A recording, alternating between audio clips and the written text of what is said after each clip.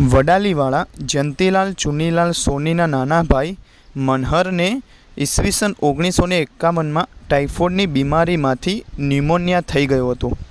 યોગીજી મહારાજને વિગતે પત્ર લખી જયંતીલાલે આશીર્વાદ સાથે દયાની યાચના કરી। ઘરે પણ સૌ સ્વામિનારાયણ મંત્રના અખંડ જાપ કરી રહ્યા હતા। આ દરમિયાન મનહરની તબિયત ખૂબ ગંભીર થઈ ગઈ। સાંજે તો નાડીનું ઠેકાણું ન રહ્યું ને ડૉક્ટરોએ આશા છોડી દીધી।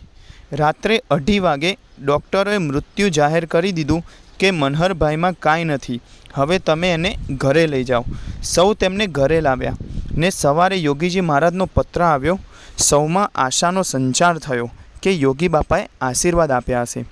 યોગીજી મહારાજે પત્રમાં લખ્યું હતું કે અમે અક્ષર ડેરીના પુષ્પ મોકલીએ છીએ, તે પાણીમાં નાખીને જળ પાજો તો મનહરને સારું થઈ જશે। મનહરના પિતા શ્રી ચુનીલાલે આજ્ઞા પાળવા પૂરતું જ કહ્યું કે ધામમાં તો ગયો જ છે, પણ બાપાની આજ્ઞા પાળી લો ને મોંમાં પુષ્પ અને જળ મૂકો। બહાર તો ન્યા તીલા એટલે કે સ્મશાનની બધી તૈયારીઓ પણ થઈ ગઈ હતી।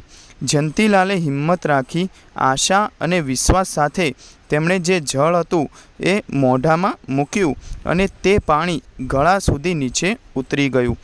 પુષ્પની પાંખડી પણ ગળે ઉતરી ગઈ અને આંખો ફરકવા લાગી।